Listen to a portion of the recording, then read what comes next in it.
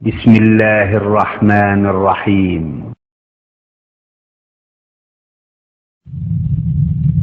بالتعاون للدعوة والإرشاد وتوعية الجاليات بالدمام. ومن يشاقق الرسول من بعد ما تبين له الهدى ويتبع غير سبيل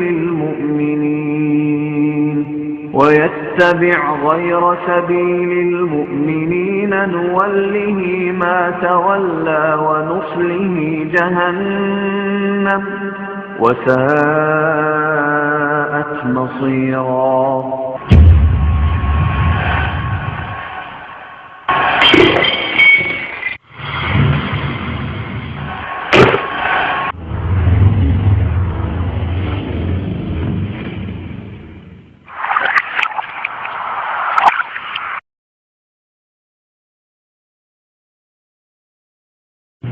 السلام عليكم ورحمة الله وبركاته.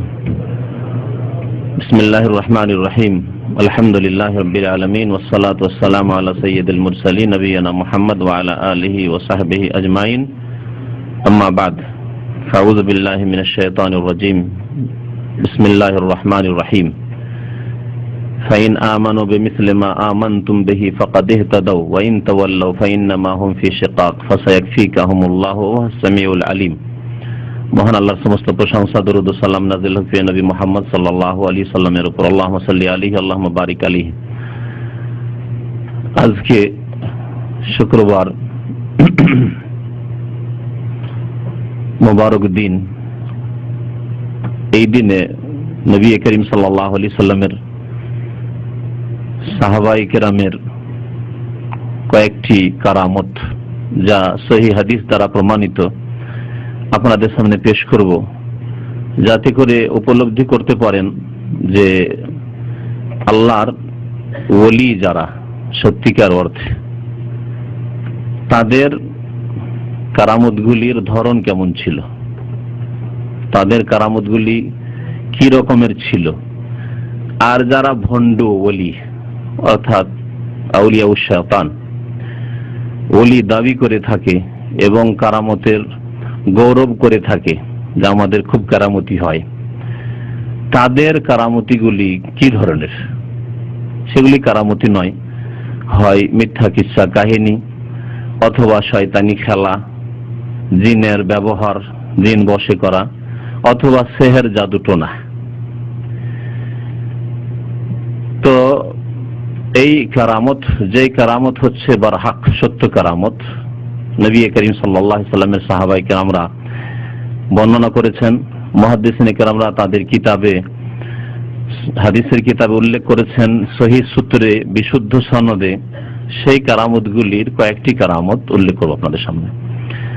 প্রথম কারামত হচ্ছে সহিহ বুখারী শরীফের হাদিস। সহিহ বুখারীতে এই হাদিসটি রয়েছে এবং এই হাদিস মিশকাতে, যে মিশকাত সম্পর্কে এর আগে বলেছি, মিশকাতুল মাসাবিহ কিতাবটি আলিয়া মাদ্রাসায় আলেম ফাজলে পড়া হয়, আর আপনার এতে কওমি মাদ্রাসায় পড়া হয়। হানাফি দেওবন্দি মাদ্রাসাগুলিতে বা বেরেলভী মাদ্রাসাতে এরা শেষ ক্লাসের আগে পড়ায়, মানে দাওরার আগের বছরে পড়ায়। আহলে হাদিস মাদ্রাসায় তিসরি চৌথি জামাতে পড়ায়। এক কথায় এই কিতাব প্রত্যেক জামাত বা দলগুলি যারা রয়েছে, দেওবন্দি, বেরেলভী, আহলে হাদিস, আলিয়া মাদ্রাসা, কওমি মাদ্রাসা, সবগুলি মাদ্রাসাতে পড়ানো হয়। ওই কিতাবের বাবুল কারামাতের প্রথম ফাসল, আল ফাসলুল আউয়ালের প্রথম হাদিস। তাহলে মিশকাতের লেখক মুসান্নিফ, তার বিশ্বাস যে কারামত, সত্যিকার যেগুলি কারামত, সেগুলি এই ধরনের। প্রথম কারামত কি উল্লেখ করছেন তিনি, তা হচ্ছে রাসূলুল্লাহ সাল্লাল্লাহু আলাইহি সাল্লামের দুই সাহাবীর ঘটনা বর্ণনা করছেন। আনাস বিন মালিক রাদিয়াল্লাহু তাআলা আনহু ওয়ান আনাসিন আন্না উসাইদ ইবনে হুযাইর ওয়া আব্বাদ ইবনে বিশরিন তাহাদ্দাসা ইনদা নবী সাল্লাল্লাহু আলাইহি সাল্লাম। আনাস রাদিয়াল্লাহু তাআলা আনহু বর্ণনা করছেন যে উসাইদ বিন হুযাইর এবং আব্বাদ বিন বিশর মদিনার দুই আনসারী সাহাবী, দুইজনে নবী করিম সাল্লাল্লাহু আলাইহি সাল্লামের সাথে রাত্রে তাদের নিজ প্রয়োজনে কিছু গল্প করছিলেন। আলাপ আলোচনা করছিলেন। তাহাদ্দাসা ইনদান নবী সাল্লাল্লাহু আলাইহি ওয়াসাল্লাম ফি হাজাতিন লাহুমা, তাদের নিজ প্রয়োজনে নবী সাল্লাল্লাহু আলাইহি ওয়াসাল্লামের নিকট আলোচনা কিছু করছিলেন। হাত্তা যাহাবা মিনাল লাইলি সাআ, এমন কি বেশ রাত হয়ে গেছে। এশার নামাজের পরে আলোচনা শুরু করেছেন। তাদের কিছু সমস্যা ছিল, বেশ কিছুক্ষণ চলে গেছে। আর রাত ছিল ফি লাইলাতিন শাদীদাতি যুলমাহ, আর রাত ছিল চরম অন্ধকার রাত, মেঘলা আকাশ, চাঁদনী রাত নয়, অন্ধকারের রাত। সুম্মা খারাজা মিন ইনদি রাসূলিল্লাহ সাল্লাল্লাহু আলাইহি ওয়াসাল্লাম, তারপরে তারা এই অন্ধকারে, যে অন্ধকারে আপনারা জানেন গ্রাম অঞ্চলে যারা থেকেছেন, যে চোখের সামনে আঙ্গুল এনেও নিজের আঙ্গুল দেখা যায় না, ঠিক না? এইরকম অন্ধকার, তাহলে রাস্তা তো দেখাই যায় না, কোথায় পা পড়ছে, কোন দিকে যাচ্ছে কিছুই বোঝা যাচ্ছে না, এইরকম অবস্থা। সুম্মা খারাজা, দুইজনে বের হলেন রাসূলুল্লাহ সাল্লাল্লাহু আলাইহি ওয়াসাল্লামের নিকট থেকে। ইয়ানকালিবান, ফিরলেন বাড়ির দিকে। ওয়াবিয়াদে কুল্লি মিনহুমা আইসিয়াতুন, আর তাদের প্রত্যেকের হাতে একটি করে লাঠি ছিল, লাঠি ছিল হাতে। ফাআদাআত আইসিয়ু আহাদিহিমা, যখনই অন্ধকারে বের হলেন আল্লাহর ভরসা করে যে বাড়ি পৌঁছিতেই হবে, মদিনার মধ্যেই বাড়ি পৌঁছিতে হবে, কিছু দূর হয়তো হবে। তাদের একজনের লাঠিতে আলো দিতে লাগলো, টর্চ লাইটের মতো। তাদের একজনের, এখন দুইজন একসাথে আছে, রাস্তা তাদের পৃথক হয়নি, একটি লাইটের প্রয়োজন, আল্লাহ পাক একটি লাইট দিয়েছেন। হাত্তা মাশায়া ফি দাওয়াইহিমা, দুইজনেই ওই আলোতে চলতে লাগলো। আমরা টর্চ লাইট নিয়ে চলাফেরা করি না, অটোমেটিক লাইট, আল্লাহ পাকের দেওয়া লাইট, লাঠিতে দুইজনে চলতে লাগলো। হাত্তা ইযা ইফতারাকাত বিহিমাত তারিক, এখন রাস্তা আলাদা আলাদা হইতে লাগলো। এখন একজনের বাড়ি এদিকে আর একজনের বাড়ি এদিকে, এখন কি হবে? আযাআত লিল আখির আসাহু, অপর ব্যক্তির লাঠিতেও লাইট চলে আসলো, লাইট জ্বলছে। ফামাশা কুল্লু ওয়াহিদ মিনহুমা ফি দাওয়াই আসাহু, নিজ নিজ লাঠির আলোতে লাইটে চলতে লাগলেন নিজ পথে বাড়ির দিকে। হাত্তা বালাগা আহলাহু, এমনকি বাড়ি পর্যন্ত, নিজের পরিবার পরিজন পর্যন্ত পৌঁছে গেলেন। রাওয়াহুল বুখারী, হাদিসটি সহিহ বুখারী শরীফ। এই হচ্ছে কারামত কাদের? যারা এই উম্মতের সবচাইতে শ্রেষ্ঠ ওলি। এই ঈমান প্রত্যেক মুসলিমের থাকা ফরজ। বিদাতীদের ঈমানের ধরন বিদাতি ভিন্ন। তাদের কাছে ওলি মানে আব্দুল কাদের জিলানী, ওলি মানে খাজা মঈনুদ্দিন চিশতি, ওলি মানে শাহজালাল, ওলি মানে যার কবর পাকা আছে সে, হ্যাঁ, যার কবর পাকা সে। ওলি মানে যার মুরিদ আছে, মুরিদ বানাই, পীর, এগুলি হলো ওলি। কোরআন এবং হাদিসের আলোকে ওলি গত সপ্তাহে বলা হয়েছে, আল্লাযীনা আমানু ওয়া কানু ইয়াত্তাকুন, যাদের ঈমান সবচাইতে ভালো এবং সবচাইতে বেশি তাদের মধ্যে তাকওয়া রয়েছে, এবং তাদের প্রথম সারি, এই গুণে গুণান্বিত প্রথম সারির মানুষ হচ্ছেন রাসূলুল্লাহ সাল্লাল্লাহু আলাইহি ওয়াসাল্লামের পরে এই উম্মতে সাহাবায়ে কেরাম রাদিয়াল্লাহু তাআলা আনহু আজমাইন। আরো শুনেন, রাসূলুল্লাহ সাল্লাল্লাহু আলাইহি ওয়াসাল্লাম সাহাবায়ে কেরামদেরকে সম্বোধন করে বলছেন, লা তাসুব্বু আসহাবি, তোমরা সাহাবায়ে কেরাম সম্পর্কে কোনো সমালোচনা করবে না, কোন খারাপ মন্তব্য করবে না। ফাওয়াল্লাযী নাফসি বিয়াদিহি, সে আল্লাহর শপথ করে বলছি, কসম করে বলছি, যার হাতে আমার প্রাণ রয়েছে, লাউ আন্না লিআহাদিকুম মিসলা উহুদিন যাহাবান, তোমাদের যদি কারো, লাউ আনফাকা আহাদুকুম মিসলা উহুদিন যাহাবান, তোমাদের কেউ যদি উহুদ পাহাড়ের সমান স্বর্ণের মালিক হয়ে যায় আর তা যদি আল্লাহর রাস্তায় ব্যয় করে, খরচ করে, মা বালাগা মুদ্দা আহাদিহি ওয়ালা নাসিফা, তাহলে এই সাহাবাই কেরামদের এক মুদ অর্থাৎ 600 গ্রাম কাছাকাছি, 600 গ্রাম গম, চাল, ডাল, যা কিছু হোক না কেন খাদ্যদ্রব্য, 600 গ্রাম ব্যয় করার সমান নেকি তারা হাসিল করতে পারবে না যদি কেউ।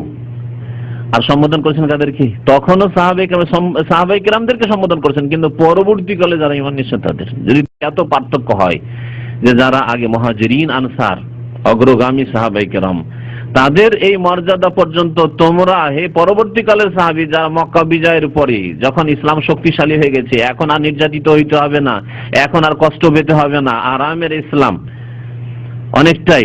যদিও আল্লাহ রাস্তায় তখনও জিহাদ রয়েছে, তখনও আল্লাহ রাস্তায় কুরবানি ত্যাগের রাস্তা খোলা রয়েছে এবং দিতে হচ্ছে, প্রয়োজন রয়েছে বাইরে গিয়ে, একটু দূরে গিয়ে। তারপরে যদি নবী করিম সাল্লাল্লাহু আলাইহি ওয়াসাল্লাম এই কথা বললেন যে তোমরা উহুদ পাহাড়ের সমান খরচ করো, সাহাবায়ে কেরামদের মর্যাদা পাবে না, তাদের নেকি পাবে না, তাহলে পরবর্তীকালে তাবেঈনদের তারপরে জামানা, জিলানির জামানা, চিশতির জামানা, শাহজালালের জামানা, আজকালকার জামানা, কোথায় রাখবেন তাদেরকে? আর এদের কারামতি গত সপ্তাহে তাই বলেছিলাম, এদের কারামতি এমন এমন কারামতের কথা উল্লেখ করা হয়েছে, সুবহানাল্লাহ। সেসব আল্লাহ পাকের কাজ, হায়াত মওত, মৃত জীবিত হয়ে যাওয়া ইত্যাদি, উদ্ধার করে নেওয়া ইত্যাদি, এইসব কারামত সাহাবায়ে কেরামদের জামানায় সাধারণত দেখা যায় না। এই ধরনের আল্লাহ পাক রব্বুল আলামিনের উলুহিয়াতের ক্ষমতায় যেগুলি রয়েছে সেগুলিকে কারামত বানিয়ে দেওয়া, শিরক কুফরিগুলিকে, এই রকমের কারামত আল্লাহ পাক দেখাননি সাহাবায়ে কেরামদের হাতে। যদি এই রকমের কারামতি হইতো তো প্রথম সাহাবায়ে কেরামদের হাতেই সেগুলি প্রকাশ পেত। তাহলে যেগুলি পরবর্তীকালে আগামী সপ্তাহে আল্লাহ পাক যদি সহি সালামতে রাখে, ভণ্ডদের কারামত বয়ান করবো, যেগুলি কারামত নয়, এগুলি কারামত না, এগুলি হচ্ছে শিরকিয়াত, এগুলি হচ্ছে শিরক। আল্লাহ পাক রব্বুল আলামিনের যেগুলি হক, আল্লাহ পাক রব্বুল আলামিনের যেগুলি ক্ষমতা, আল্লাহ পাক রব্বুল আলামিন যেগুলি করেন সেগুলি নিজের হাত তুলে না, আমরাই করতে পারি, আমাদের ওলিরাই করতে পারে এগুলো। সুতরাং আল্লাহ পাকের কাছে আর চাওয়ার কি প্রয়োজন রয়েছে? ওলিদের কাছে চাও, ওলিরাই তো দিতে পারে। এই মতবাদ, এই ভ্রান্ত ধর্ম মানুষ, এক শ্রেণীর মানুষের, মুসলিমদের মগজে আজকাল ঢুকে রয়েছে যে আউলিয়ারা এসব দিতে পারে।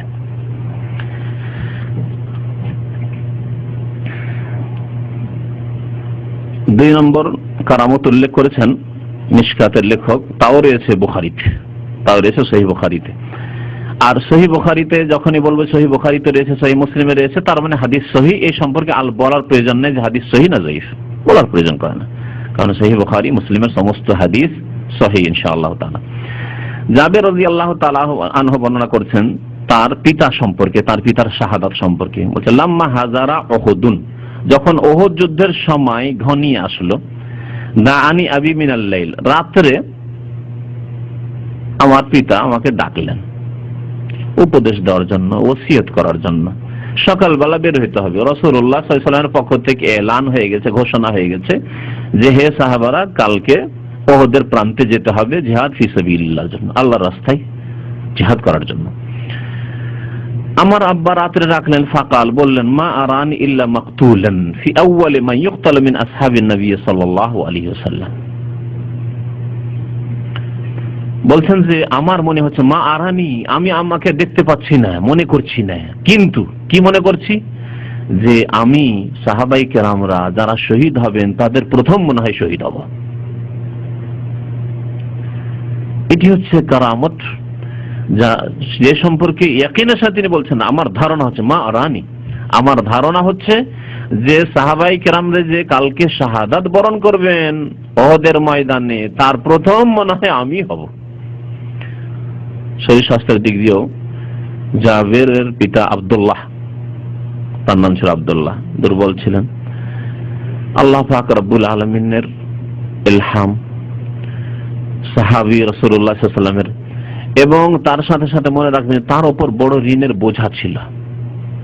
ঋণের বোঝার এক বড় তার কিস্সা রয়েছে, ঘটনা রয়েছে।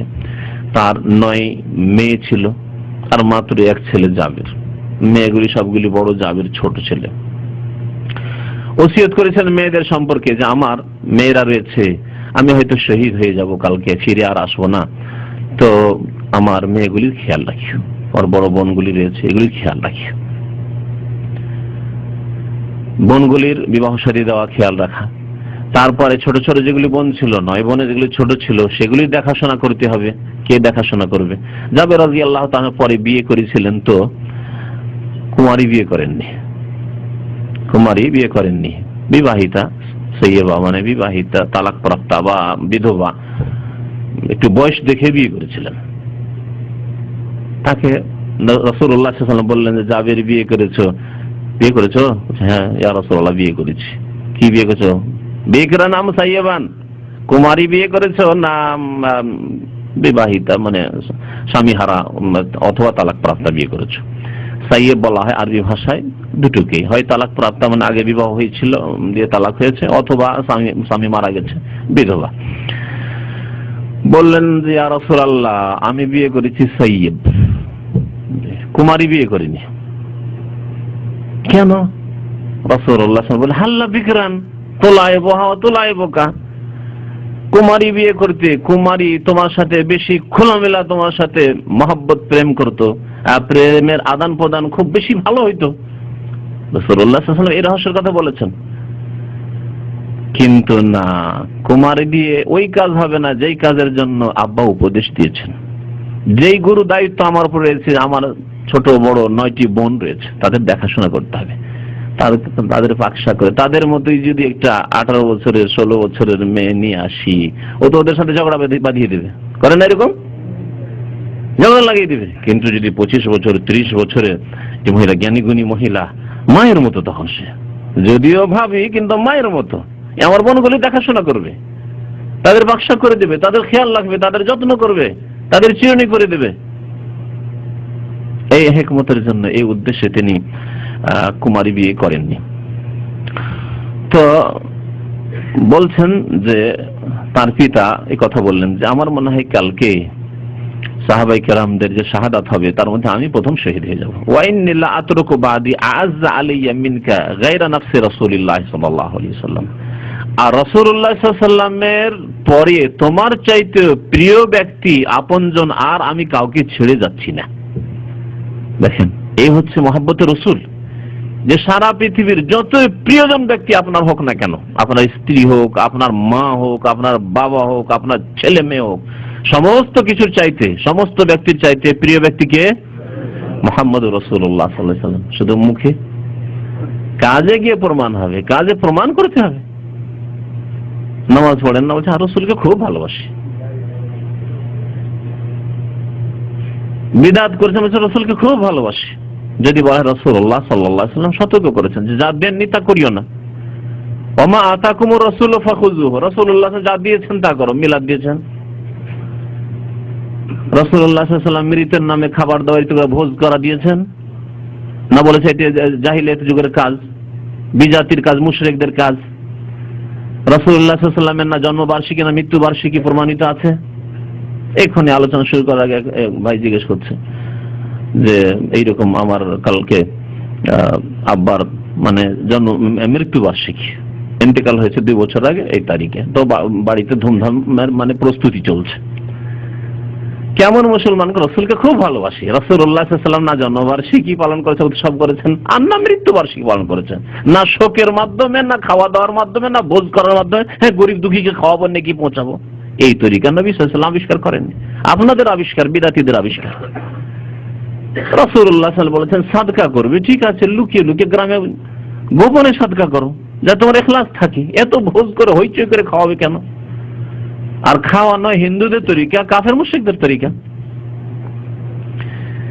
দাবি তো মহব্বতের রাসূলের, আর যত দেখি বেশি দাবি মহব্বতের রাসূলের, তত বেশি বিদআতি। যারাই যখন আশহাদু আন্না মুহাম্মাদুর রাসূলুল্লাহ শুনে তখন বৃদ্ধ আঙুল চুমা দেয়, চোখে মুখে লাগায়, বল চোখে নূর বাড়বে, জ্যোতি বাড়বে, তারাই বেশি বিদআতি, তারাই রাসূলুল্লাহ তরিকা থেকে অনেক দূরে। মহব্বতের রাসূলের দাবি করলে হবে না, তা আকীদায়, বিশ্বাসে, ইবাদত বন্দেগীতে, আমলে, সুন্নতের পাবন্দিতে, প্রত্যেক বিষয়ে দলিল খোঁজার ক্ষেত্রে একটি কথা আরো মনে রাখেন, আমি যে কোনো কাজ করবো দলিল খুঁজবো, আমি গতানুগতি করবো না। আমার বাবা করেছে সেজন্য করবো, আমার দাদা করেছে সেজন্য করবো, আমাদের এই হুজুর করছে, ইমাম সাহেব করছে সেজন্য করবো, আমাদের এই তরিকা জামাতের লোকেরা করছে সেজন্য করবো না। দলিল দেন, রাসূলুল্লাহ সাল্লাল্লাহু আলাইহি ওয়াসাল্লাম করেছেন এটা বলেন, কোথায় আছে, কোন হাদিসে আছে? এটা হচ্ছে মুহাম্মদের রাসূলের পরিচয়। আমার আদর্শ একমাত্র মুহাম্মদ সাল্লাল্লাহু আলাইহি ওয়াসাল্লাম, আমার বাবাও না, আমার চাচাও না, দাদাও না, আর আমার হুজুরও না, আমার কোনো পীরও নাই, কেউ নেই। আমার উসওয়া হাসানাহ, লাকাদ কানা লাকুম ফি রাসূলিল্লাহি উসওয়াতুন হাসানাহ। মুহাম্মদের রাসূলের দাবি করে রাসূল যে আমি কুমারী বিয়ে করলাম না, কারণ আমার বোনদের লালন পালন করতে হবে, আমার আব্বা জিহাদ ফি সাবিলিল্লাহ, এই কথা নাই। অসৎ পরামর্শ যে আব্বা এতটি মেয়ে, 9টি মেয়ে আর ঋণের বোঝা আছে, কেন যাবেন আপনি? অন্য সাহাবারা যায়, ফরজে কিফায়া, আপনি কেন যাবেন বলেছেন? মুহাব্বতে রাসূল, রাসূলুল্লাহ যাবেন ওহুদের মাঠে, আর আমার বাবা বসে থাকবেন, যান, অসুবিধা নেই। অথচ 12-13 বছর 14 বছরের ছেলে।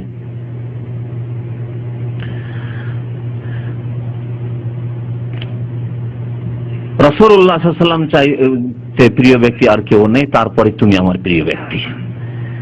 ফাইন্না আলাইয়া দাইনান, আর আমার উপর বড় ঋণ করজ রয়েছে। এই হাদিসে শুধু ইশারা ইঙ্গিত আছে, আর ঋণ পরিশোধের যে লম্বা হাদিস তাও বুখারী শরীফে রয়েছে। ফাকযে, এই ঋণ পরিশোধ করে দিও, আমি মারা গেলে, আমি যদি শহীদ হয়ে যাই, ঋণ পরিশোধ করে দিও। ওয়াস্তাউসি বিআখাওয়াতিকা খায়রান, আর তোমার বোনগুলির সাথে ভালো আচরণ করিও।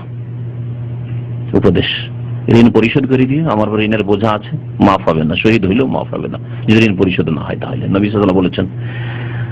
আর আজকাল কত লোক আছে ঋণ মনে করেন যে এমনকি ডাল ভাত, পন্তা ভাত, ঋণ নেওয়া দেওয়ার সময় আর কষ্ট লাগে, নিতে খুব মজা লাগে, আর দিতে বড় কষ্ট লাগে, মনে হচ্ছে যে নিজের পয়সা বের করে দিচ্ছি, খেয়ে বসে আছেন অপরের মাল।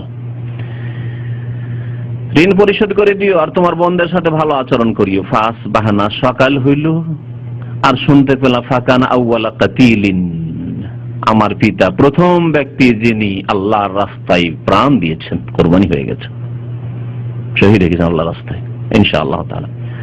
ওয়া দাফানতুহু মা আখার ফি কবরিন, দফন করার ক্ষেত্রে যেহেতু সবাই আহত অবস্থায় আর আলাদা আলাদা কবর করা খুব মুশকিল, সুতরাং এক কবরে 2-3 করে দাফন করা হয়েছিল ওহুদের যুদ্ধে। আর একজনের সাথে আমার পিতাকে দাফন আমি করেছিলাম সেদিন, রাহুল বুখারী শরীফ হাদিস। এতে কারামত কি, যে তিনি বললেন রাত্রে যে বাবারে আর কালকে মনে হয় আর বাঁচবো না, কালকে যাচ্ছি সকালবেলা, প্রথম মনে হয় আমি শহীদ হব। মা আরানি ইল্লা মাকতুলান ফি আউয়ালি মান ইউকতালু মিন আসহাবিন নবী সাল্লাল্লাহু আলাইহি ওয়াসাল্লাম। এই হচ্ছে সাহাবায়ে কেরামদের কারামতের ধরন।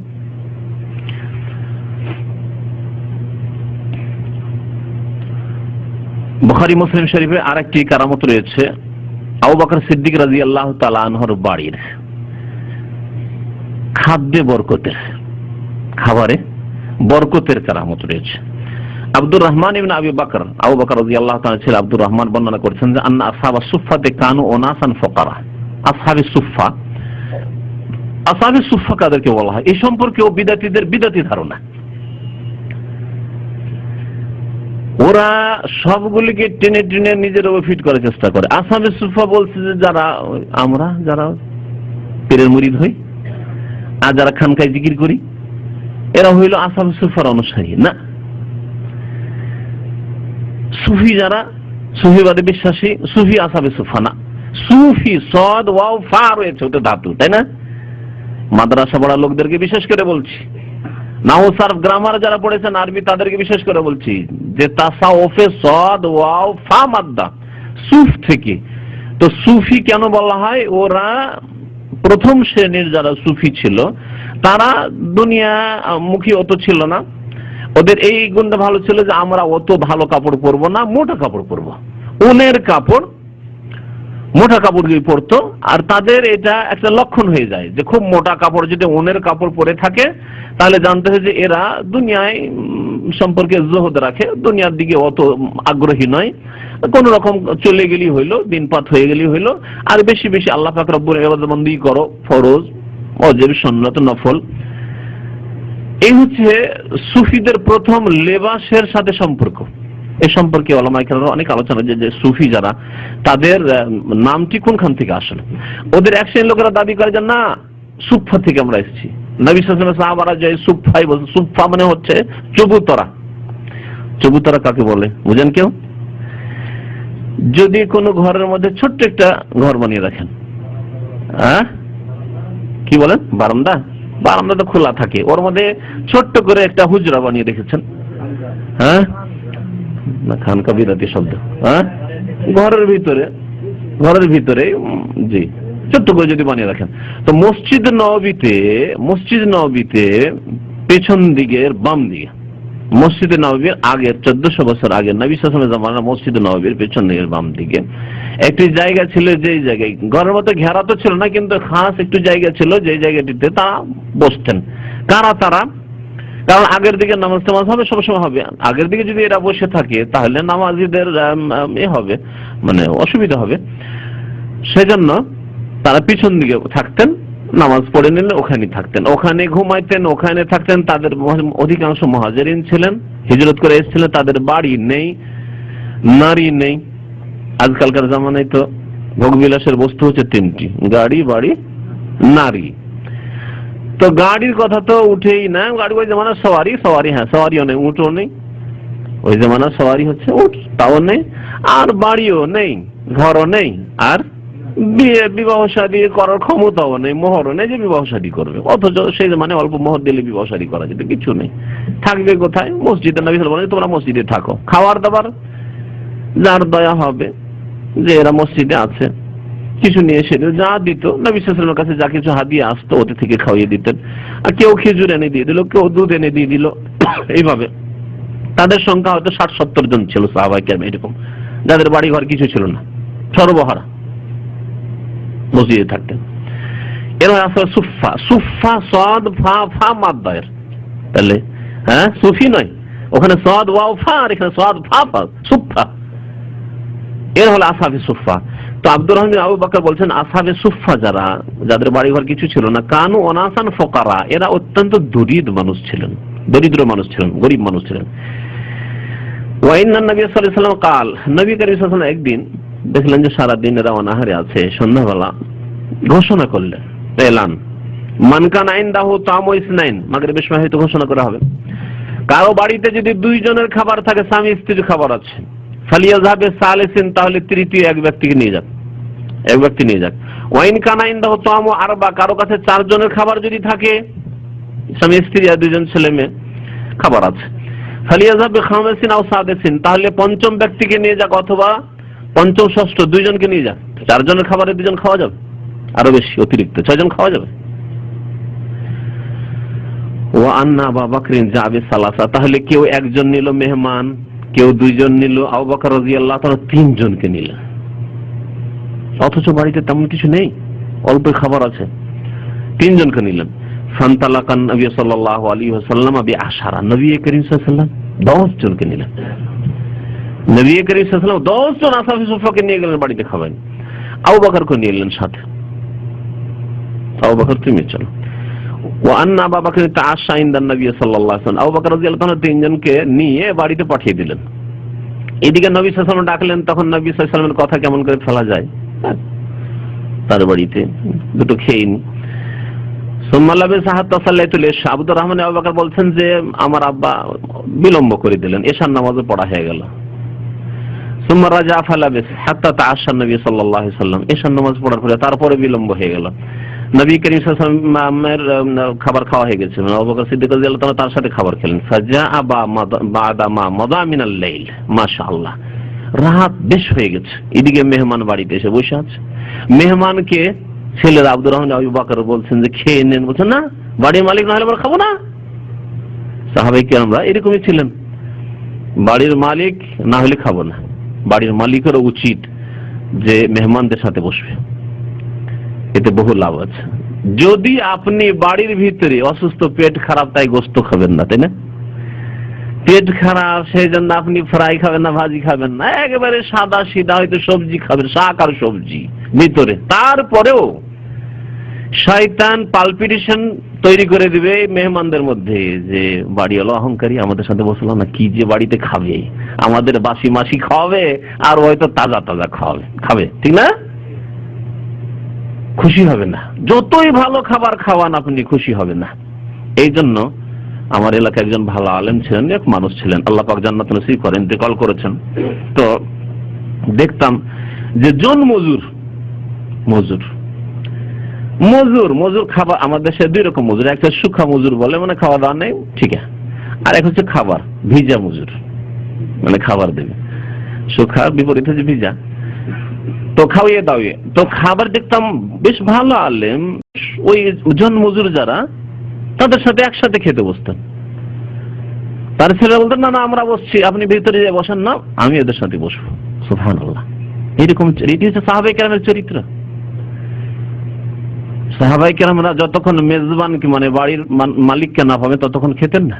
নাসাফি সুফার লোকেরা বাড়িতে, তাদেরকে খেতে বলা হয়েছে না খাবো না যতক্ষণ পর্যন্ত তোমার পিতা আবু বকর সিদ্দিক রাদিয়াল্লাহু তাআলা না আসবেন। দেরি হয়ে যাচ্ছে, রাত অনেক হয়ে গেছে। কালাত লাহু ইমরাতুহু, আবু বকর সিদ্দিক রাদিয়াল্লাহু তাআলা বিবি বললেন, ওয়া মা হাবাসাকা নাদিয়াফিক, যখন ফিরে আসলেন আবু বকর, কি ব্যাপার মেহমান পাঠিয়ে দিয়েছেন আর এত দেরি কেন? হ্যাঁ, স্ত্রী একটু শক্ত করে বলে, এরকম এলে ঠেলে শক্ত করে বলে, স্বাভাবিক, এত দেরি কেন? কালা ওয়া মা আশাইতিহিম, ওদেরকে খেতে দাওনি এখনো? তিনি ভাবছেন যে মেহমান পাঠিয়ে দিয়েছি, ছেলে আছে স্ত্রী আছে, ওরা খাওয়াই দিয়েছে। ওয়া মা আশাইতিহিম কালাত আবাউ হাত্তা তাজি, তারা মোটেই মেনে নিতে চায়নি, বলছেন না হইতেই পারেন না, অস্বীকার করেছে, খাবো না যতক্ষণ পর্যন্ত আপনি না আসবেন। ফাঁকা দেবা আবু বকর সিদ্দিক রাদিয়াল্লাহু তাআলা রাগ হয়েছে, এত রাত খিদায় আছে এরা, কখন মাগরিব পরে বা এসার সময় পাঠিয়েছি আর এত রাত হয়ে গেছে, রাত 11টা 12টা হয়ে গেছে, খেতে দাওনি, রাগ। কাল লা আতআমহু আবাদান ফাহালাফাতিল মারহা, আবু বকর সিদ্দিক রাদিয়াল্লাহু তাআলা আনহু রেগে গেছেন, মহিলাও কসম খেয়ে নিয়েছে আমিও খাবো না, আর স্ত্রী বলছেন আমিও খাবো না। ও হালাফাল আদিয়াফ, মেহমানরা কসম করে নিয়েছে আপনারা খাবেন না, আমরা খাবো না, সবাই কসম করে নিয়েছে। ও হালাফাল আদিয়াফ আল্লাহ ইয়াতআমু, খাবো না। কাল আবু বকর কানা হাযা মিনাশ শাইতান, আবু বকর রাদিয়াল্লাহু তাআলা তখন খেয়াল হলো যে না, আমার কসম করা এই সব শয়তানের পক্ষ থেকে, আমি কসম করছি, আমার স্ত্রী বলছে আমি খাবো না, মেহমান বলছে তোমরা খাবো না, আমরা খাবো না, এই শয়তানের পক্ষ থেকে। তাহলে রাগ শয়তানের পক্ষ থেকে, রাগ করা বা এরকম কোনো কিছু সিদ্ধান্ত নেওয়া যেটি মানে প্রশংসনীয় নয়, ভালো নয়, শয়তানের পক্ষ থেকে। কানা হাযা মিনাশ শাইতান, তাহলে শয়তানের পক্ষ থেকে হলে কি করতে হবে? শয়তানের অনুসরণ করতে হবে না, শয়তানের নাফরমানি করতে হবে, বিরুদ্ধাচরণ করতে হবে। অনেক সময় স্বামী স্ত্রী রাগারাগি হয়ে গেছে, তুমি খাবে আমিও খাবো না, আর দুইজনে দিদিকে বসে আছেন কাছে, চলবে? সাথে সাথে আপনাকে আগে সিদ্ধান্ত নিতে হবে, কারণ স্ত্রী কমজোর, ইমানের দিক দিয়ে কমজোর আর বিদ্যা বুদ্ধির দিক দিয়ে কমজোর, সুতরাং আপনাকে সিদ্ধান্ত নিতে হবে না এই শয়তানি কাজ হয়েছে, আপনাকে নতি স্বীকার করতে হবে। আজকাল অধিকাংশ পুরুষ আমি স্বামী, আবার আমি কি নতি স্বীকার করবো? তুই সোজাই আসবি আয়, না তুই খাবি না আমিও খাবো না, তাই না? না, এরকম না। আপনি বলেন যে ভুল হয়েছে, তোমার সিদ্ধান্ত ভুল হয়েছে, আমারও ভুল হয়েছে, শয়তান সুযোগ নিচ্ছে, কিন্তু রাগারাগি হইলে এরকম করবেন, কিন্তু শয়তান সুযোগ নিচ্ছে, তাহলে আপনি একটু ঠান্ডা হয়ে গেলেন। যখনই দেখবে যে না স্বামী ঠান্ডা কিছু, আরো বেশি ঠান্ডা হয়ে যাবে, আর যদি আপনি গরম হন আরো বেশি গরম হবে। স্ত্রীদের মহিলাদের প্রকৃতি এরকম, কিন্তু সে তার নিজেকে একটু ঠান্ডা করবেন, আর একটু ঠান্ডা করলে যদি স্ত্রী বুঝতে পারে, জ্ঞানী স্ত্রী আর বুঝতে পারে যে না আমার স্বামী ঠান্ডা গেছে, আরো বেশি ঠান্ডা হয়ে যাবে।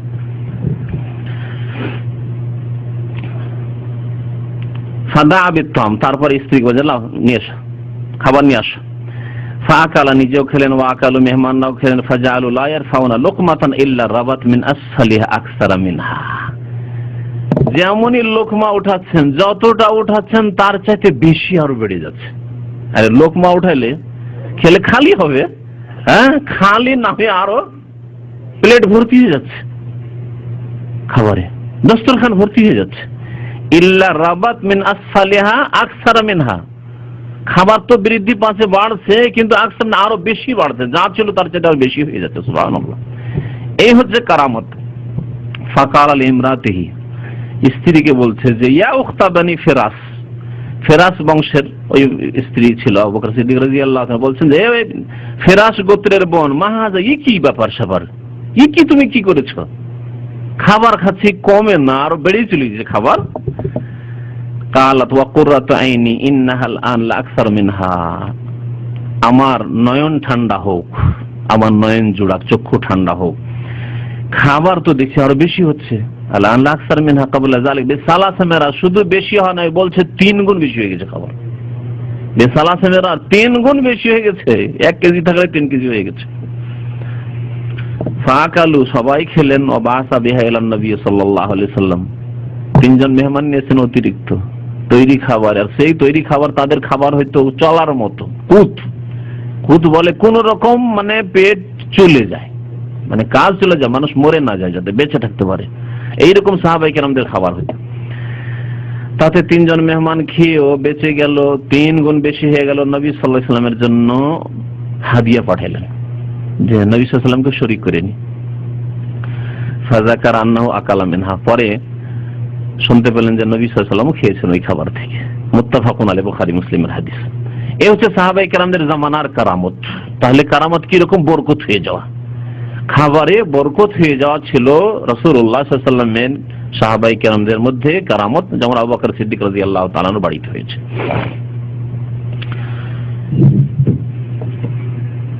আরেকটি হাদিস, যদিও হাদিসটি বাইহাকিতে আছে, ইমাম বাইহাকি রাহমাতুল্লাহ আলাইহির একটি কিতাব রয়েছে দালাইলুন নবুওয়া, মুজিজাত উল্লেখ করেছেন ওতে। তাতে এই কারামতের হাদিসটি উল্লেখ করা হয়েছে। হাদিসটির সনদ হচ্ছে হাসান, অর্থাৎ হাদিস গ্রহণযোগ্য। মায়েশা রাদিয়াল্লাহু তাআলা আনহা বর্ণনা করছেন যে লাম্মা আরাদু গাসলান নবী সাল্লাল্লাহু আলাইহি সাল্লাম, নবী সাল্লাল্লাহু আলাইহি সাল্লামের ইন্তেকাল হয়ে গেছে, এখন সাহাবায়ে কেরামরা গোসল দেবেন। গোসল দেওয়ার সাধারণ মুসলমানদের গোসল দেওয়ার তরিকা হচ্ছে যে কাপড় শরীরে যেটা আছে সেটা খুলে নিয়ে গোসল দেওয়া। এখন নবী করিম সাল্লাল্লাহু আলাইহি সাল্লাম সম্পর্কে সাহাবায়ে কেরামদের আপোষে আলোচনা শুরু হইল যে কি করা যাবে। যেই কাপড় শরীরে রয়েছে নবী সাল্লাল্লাহু আলাইহি সাল্লাম, সেই কাপড় কি খুলে ফেলে দিয়ে গোসল করানো হবে না কাপড় সহ গোসল করানো হবে? ইখতিলাফ শুরু হলো, দ্বিমত। কালু, তারা বললেন যে লা নাদরি আনুজাররিদু রাসূলুল্লাহ সাল্লাল্লাহু আলাইহি ওয়াসাল্লাম মিন সিয়াবি, নবী সাল্লাল্লাহু আলাইহি ওয়াসাল্লামের কাপড় একেবারে শরীর থেকে আলাদা করে দেব, এরকম করে গোসল দেব যেমন অন্য লোকদেরকে দিই? কেমন লাগছে? কামা নুজাররিদু মাউতানা, যেমন অন্যান্য মৃত ব্যক্তিদেরকে আমরা কাপড় থেকে আলাদা করে দিয়ে গোসল দিই। আম নুগাসসিলুহু আলাইহি সিয়াবুহু, নাকি কাপড় থাক রাসূলুল্লাহ সাল্লাল্লাহু আলাইহি ওয়াসাল্লামের শরীর মোবারকে আর ওইভাবে কাপড় সহ গোসল করিয়ে দিই? ফালাম্মা ইখতালাফু, মত দুটি হয়ে গেল। কেউ বলছেন না কেমন করে কাপড় সহ গোসল হবে, কাপড় খুলে ফেলতে হবে। আর বলছেন না না না, এটা কেমন হবে, না ঠিক হবে না, কাপড় থাক, কাপড় সহ গোসল করিয়ে দিই। আলকাল্লাহু আলাইহিমুন নাওম, ওই অবস্থায় ইখতিলাফ, কথাবার্তা হচ্ছে, আর সবাইকে তন্দ্রা চলে এসেছে, ঝিমাইতে শুরু হয়েছে, ঘুম চলে এসেছে, সব বসে বসে সব ঘুমাচ্ছে।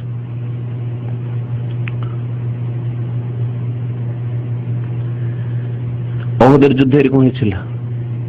ওহদের যুদ্ধে কেমন ঘুম এসেছিল? এও আল্লাহ পাক রব্বুল আলামিনের পক্ষ থেকে সাহাবায়ে কেরামের কেরামত। হ্যাঁ, সুম্মা আনজালা আলাইহিম বাদে গাম্মিন আমানাতান ওয়া নুআসা, আল্লাহ কোরআনে কারীম উল্লেখ করেছেন এই ঘুমের কথা। তোমাদের উপর আল্লাহ পাক রব্বুল নাযিল করলেন মিন বাদে গাম্মিন, দুঃখের পরে, দুঃখ যে সাথী সঙ্গী সব শহীদ হয়ে গেল, হতাহত, বিব্রত অবস্থা, সব এদিক ওদিক, পিছন থেকে অতর্কিত হামলা হয়ে গেছে কাফেরদের। এই গম, দুশ্চিন্তা, পেরেশানির পরে আল্লাহ নিরাপত্তা নাযিল করলেন, ওয়া নুআসান, আর তন্দ্রা নাযিল করে দিলেন। সাহাবায়ে কেরাম উল্লেখ করেছেন যে আমরা অস্ত্র চালাচ্ছি এইরকম কাফেরদের ওপর, আর আমাদের ওপরও কাফেরদের আক্রমণ হচ্ছে, এই অবস্থায় ঘুম চলে এসেছে। সুবহানাল্লাহ। ঘুম আসলে মানুষ আরাম পায়, মানসিক আরাম না পেলে কোনোদিন ঘুম আসতে পারে না। এই যুদ্ধের অবস্থায় অস্ত্র চলছে, আর কখন যে কে শহীদ হয়, কার ওপর আসে, কার যে সময় শেষ, আর ওই সময় ঘুম চলে আসে, যেমন তেমন কথা।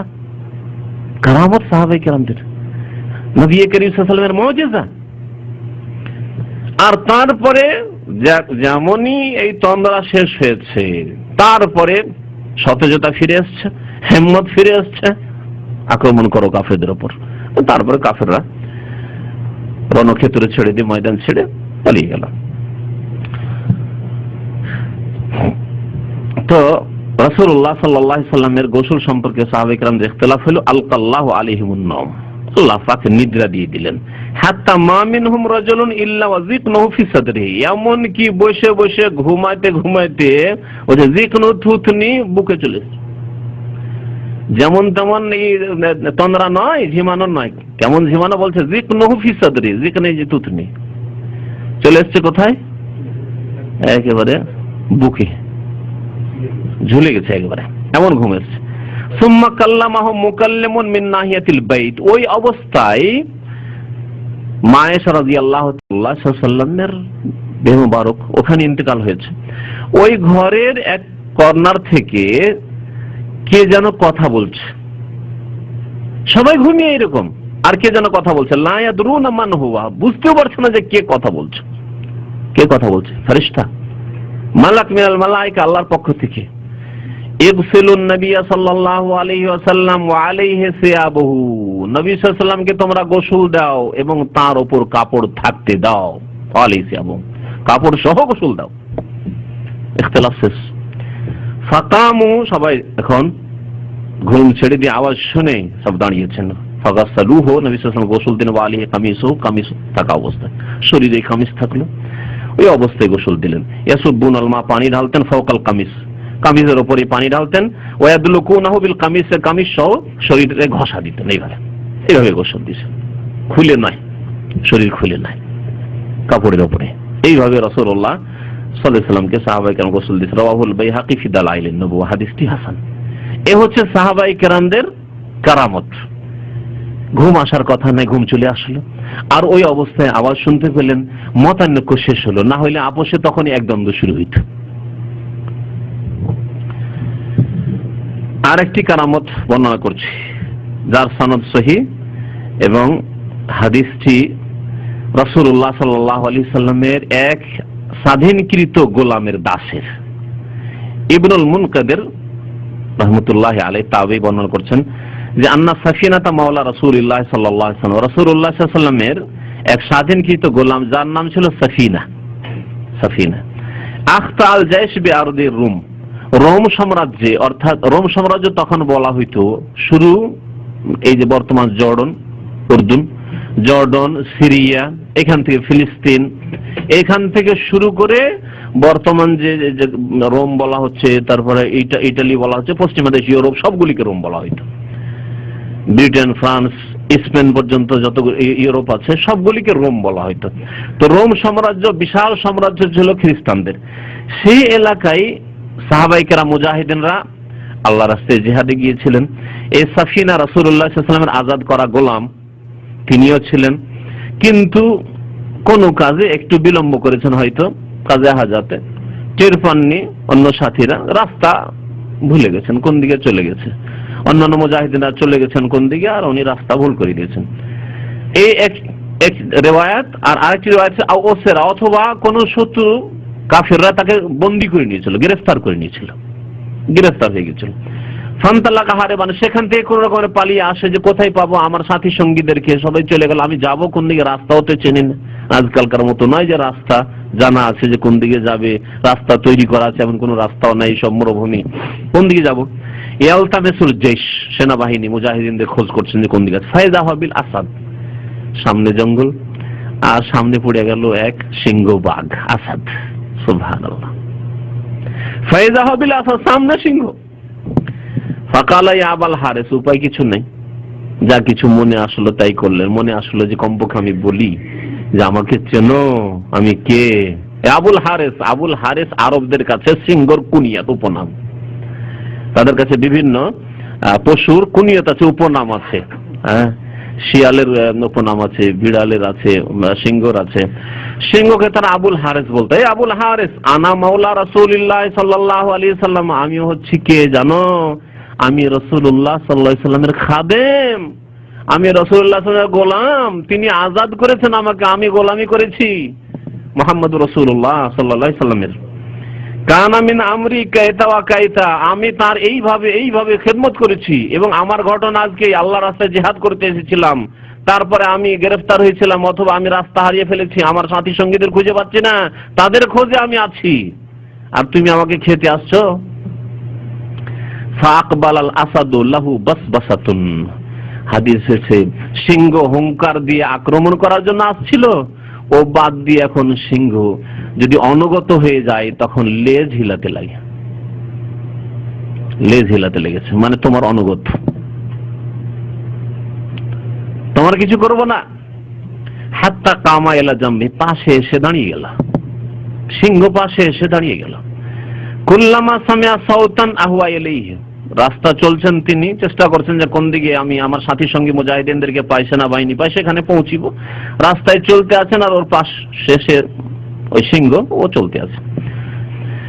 যখনই কোনো আওয়াজ শুনে, অন্য কোনো পশুর আওয়াজ, আক্রমণ করতে পারে এই ব্যক্তির উপর। অন্য কোনো সিংহ অথবা ভল্লুক, অন্য কোনো হিংস্র পশু আক্রমণ করতে পারে। আহুয়াইলে সেই দিকে ঝাঁপ দিয়ে যেত এই বাঘ, আর হুঙ্কার দিত, খবরদার, একটি আওয়াজ দিচ্ছে, খবরদার, এদিকে আসবে না, এদিকে আসবে না, খবরদার। সুম্মা আকবালা ইয়ামশি ইলা জামবিহি, পাশে পাশে চলতে আছে পাশে এই সাহাবী, হাত্তা বালাগাল জাইশ। সেনাবাহিনী মুজাহিদিনরা যারা সাহাবায়ে কেরাম তাবেঈন, তাদের কাছে ওই ব্যক্তি সাফিনা রাসূলুল্লাহ সাল্লাল্লাহু আলাইহি ওয়াসাল্লামের গোলাম পৌঁছে গেলেন। সুম্মা রাজাল আসাদ, তারপরে সেখান থেকে সিংহ ফিরে চলে গেল। আর একটি হাদিস আছে যে যখন সিংহ ফিরে যায় তখন একটা আওয়াজ দিল, যেমন বিদায়, আমরা বিদায় করি, আল্লাহ হাফেজ ভাই, আবার দেখা হবে, ওই বিদায় বাণী বলল ওই সিংহ তার ভাষাতে, তারপরে চলে গেল। রাওয়াহু ফি শারহিস সুন্নাহ, হাদিসটি শারহুস সুন্নাতে রয়েছে, হাদিসের সনদ হচ্ছে সহিহ, এই রিওয়ায়াতটি সহিহ। এই হচ্ছে মুজিজা রাসূলুল্লাহ সাল্লাল্লাহু আলাইহি ওয়াসাল্লামের খাদেম সাহাবী সাফিনা রাদিয়াল্লাহু তাআলা আনহা। মিশকাতে আরো বেশ কিছু বলেছিলাম এর আগে, যে কয়েকটি আরো হাদিস রয়েছে কারামত সম্পর্কে, কিন্তু এই কারামতের হাদিসগুলি সব জয়ীফ, এগুলি জয়ীফ, সুতরাং জয়ীফগুলি উল্লেখ করব না। সহিগুলি আরো কয়েকটি সহি আছে, সেগুলি উল্লেখ করছি, কারণ যেগুলি বিশুদ্ধ সূত্রে প্রমাণিত সেগুলি ঘটনা সত্য, আর যেগুলির ক্ষেত্রে কোনো মিথ্যুক আছে অথবা কোনো স্মৃতি শক্তির দিক দুর্বল, আমলের দিক দিয়ে দুর্বল ব্যক্তি বর্ণনা করেছে, তার মানে ঘটনা সত্য নাও হইতে পারে। এই বিষয়টিকে ঠিক এইভাবে বুঝাই যে আপনার কাছে যদি একজন বিশ্বস্ত ব্যক্তি, নামাজি লোক এবং কোন মিথ্যা কথা বলে না, সে এসে বলে যে ওই ভাই যে ছিল না, দেখলাম যে খুব অসুস্থ, হাসপাতালে আছে বা অ্যাক্সিডেন্ট হয়েছে, বিশ্বাস করবেন না? করবেন না? করবেন। কিন্তু একটা লোক যে নামাজও পড়ে না আর অহরহ মিথ্যা কথা বলে, সে যদি বলে যে আরে দেখলাম একটা ঘটনা, দেখলাম ওখানে অমুক ব্যক্তিকে দেখলাম অ্যাক্সিডেন্ট হয়েছে, বিশ্বাস করবেন? হইতেও পারে, নাও হইতে পারে। আর এইরকম সমর্থনে কোনো বিশ্বস্ত ব্যক্তি যদি না বলে, তাহলে একজনের কথা, এইরকম যে মিথ্যা কথা মাঝে মাঝে বলে, যে ফাসেক লোক, তার কথা বিশ্বাস করবেন না আপনি। হাদিসের ক্ষেত্রে এই ক্ষেত্রে শক্ত শর্ত আরোপ করা হয়েছে। যারা হাদিস বর্ণনা করবেন তাদেরকে বিশ্বস্ত হইতে হবে, সিকা হইতে হবে, নির্ভরযোগ্য হইতে হবে মুহাদ্দিসিনদের নিকটে, স্মৃতি শক্তির দিক দিয়েও, ইবাদত বন্দেগীর দিক দিয়েও, আখলাক চরিত্রের দিক দিয়েও, কথাবার্তা বলার দিক দিয়েও।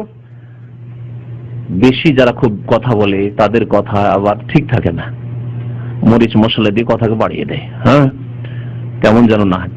তো সহিহ রিওয়ায়াতগুলি, সহিহ হাদিসগুলি বর্ণনা করছি।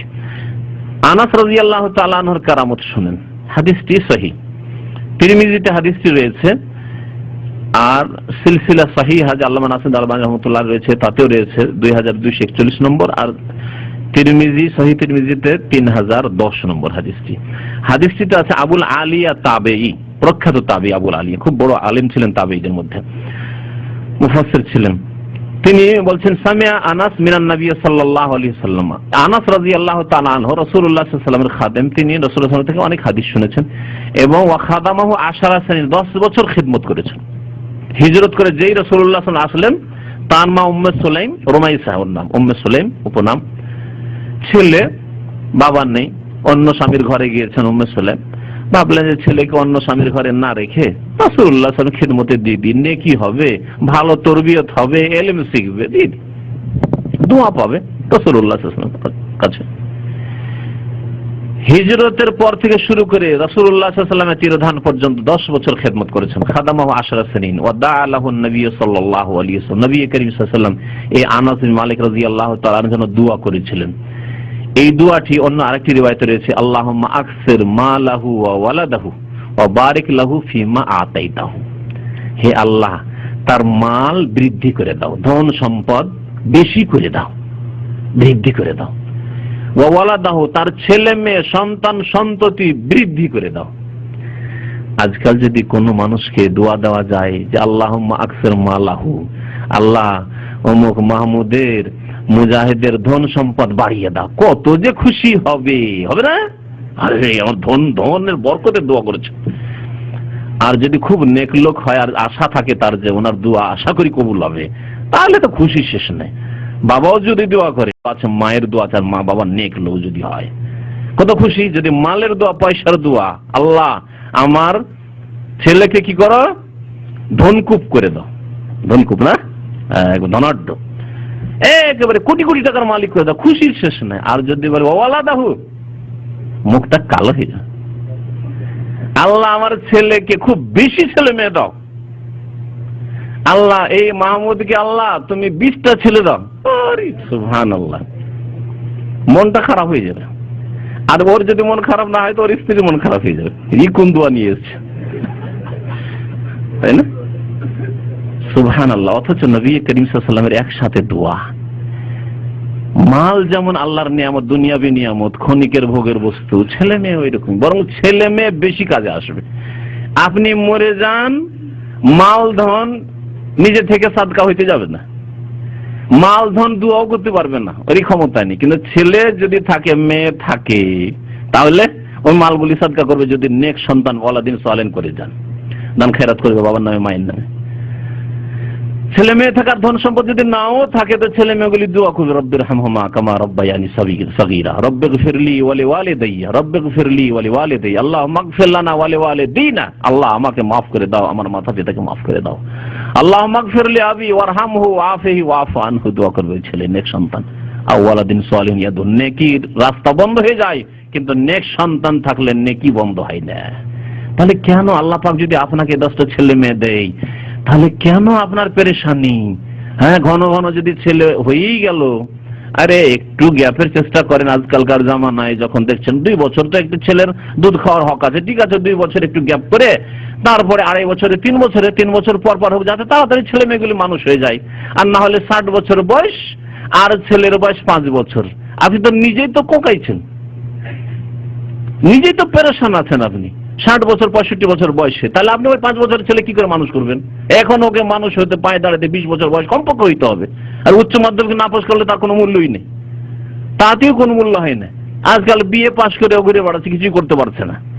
তাহলে আপনার ছেলে মেয়ে যদি ঘন ঘন 2.5 বছর 3 বছরে, আমি বলছি না যে বছরে বছরে আপনি নেন, এত জরুরি নয়, আপনি 2.5 বছর 3 বছরের ছেলে মেয়ে হয়ে আপনার বয়স যখন 50, মাশাআল্লাহ, আপনি তখন ফিরে গেছেন, আমার ছেলে মেয়ে সব কাজে লেগে গেছে, ব্যবসায়ী হোক আর চাকরিতে হোক, আর পড়াশোনা হয়ে গেছে, মোটামুটি কাজের যোগ্য হয়ে গেছে, আরাম পেয়ে গেছে, এমনকি আয়ু পর্যন্ত আরাম পেয়ে গেছেন। ছেলে মেয়ে যদি, ছেলেরা আবার যদি ভালো হয়, ছেলেরা আয় করে নিয়ে আসে, আপনি বসে আল্লাহ পাকের ইবাদত বন্দেগী করেন, জিকির আজকার করেন, তাহাজ্জুদ পড়েন, আল্লাহকে ডাকেন, তওবা ইস্তিগফার করেন, কাজ কি আছে আর?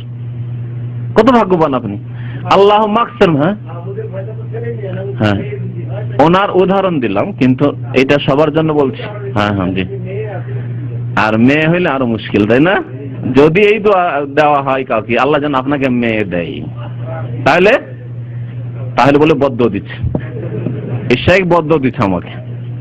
অথচ আল্লাহ পাক কোরআনে কারীমে কি বলছেন? ওয়ালাইসা যাকারু কাল উনসা, ছেলে সন্তান মেয়ে সন্তানের মতো হতে পারে না, আল্লাহ পাক বলছেন।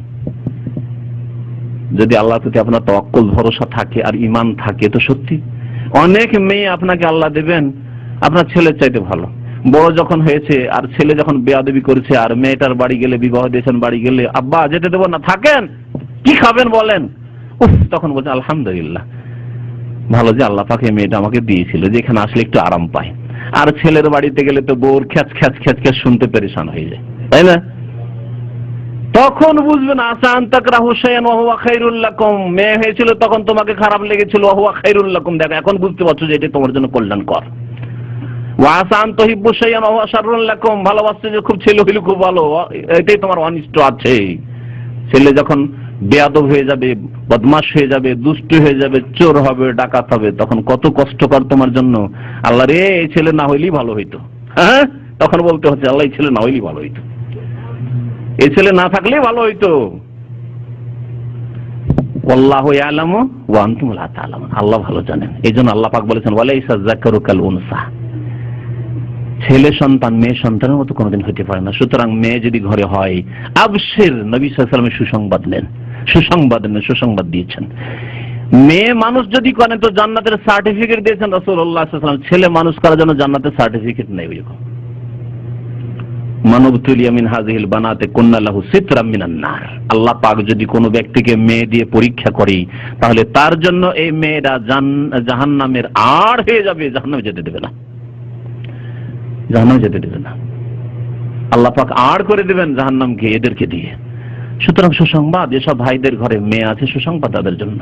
আর আল্লাহ পাক যাদেরকে ছেলেই দিয়েছেন মেয়ে দেন না, তাদের জন্য সুসংবাদ, তারাও দোয়া করেন আল্লাহ পাক যেন দুই রকমই দেন, দোয়া করেন। এবং আল্লাহ পাক দিলে মনে জজবা রাখেন যে মেয়ে দিলেও খুশি, যেমন ছেলে দিলেও খুশি, যথেষ্ট এতটুকু। যদি আপনার এই মন মেজাজ থাকে, ঈমান থাকে, যে ছেলে দিলেও যেমন খুশি, মেয়ে দিলেও ওই রকমই খুশি আলহামদুলিল্লাহ, তাহলে অসুবিধা নেই। তো আনাস রাদিয়াল্লাহু তাআলা আনহুর জন্য নবী সাল্লাল্লাহু আলাইহি ওয়াসাল্লাম দোয়া করেছেন। কয়টি দোয়া বললাম?